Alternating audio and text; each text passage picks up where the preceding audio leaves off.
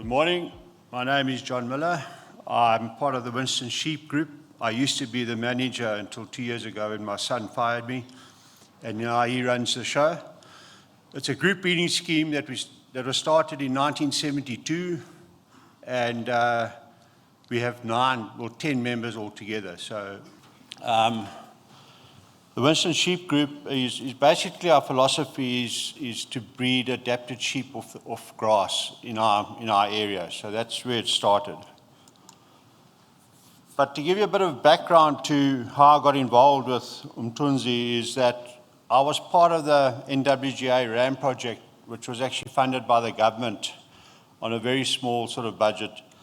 And the results that we got through that project and understanding of the communal emerging farmers taught us a big lesson. So unfortunately, this project only lasted about 16 or 17 years, then government pulled the plug on the money.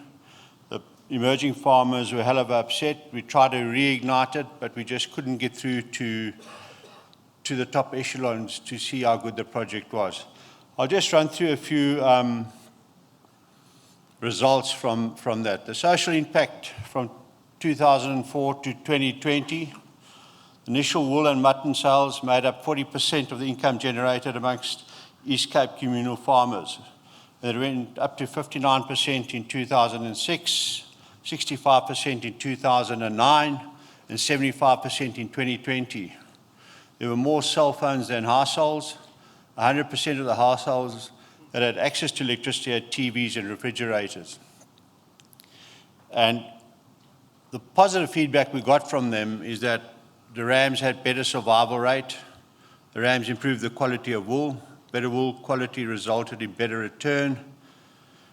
And then there were fewer lamb mortalities.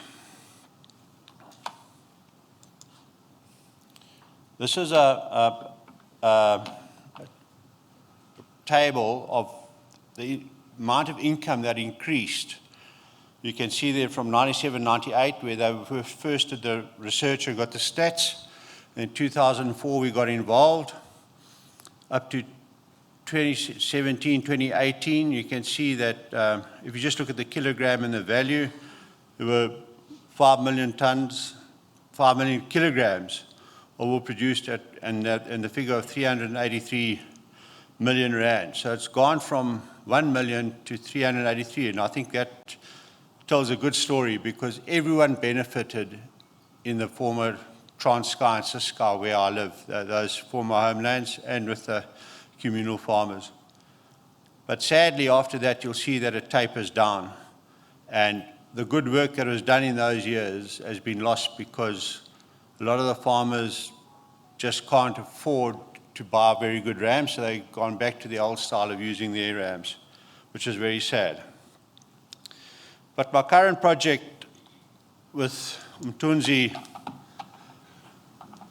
he's not only just himself, he leads a group of farmers from his area and right through the Transkei and Ciskei. We're on a big WhatsApp group and we communicate quite often. But I met him at a BKB workshop for communal farmers, and we struck up friendship and started chatting, and he wanted to know where my sheep come from and how we breed them. And basically I said we've got felt-reared sheep and adapted sheep and strict breeding goals. And at that time I said I'm happy to support and access to seed stock for him. And so the friendship got stronger and our relationship got stronger. The project at the moment has been going for 3 years. We supply quality rams and ewes for affordable prices.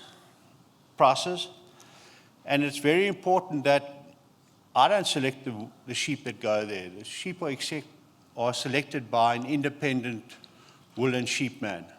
So it's not me who's selling the sheep, because I've seen it in the days of the NWGA project when we used to go to the regional sheep days or flock days, flock competitions, what had been sold to them, crossbreds, you can name it.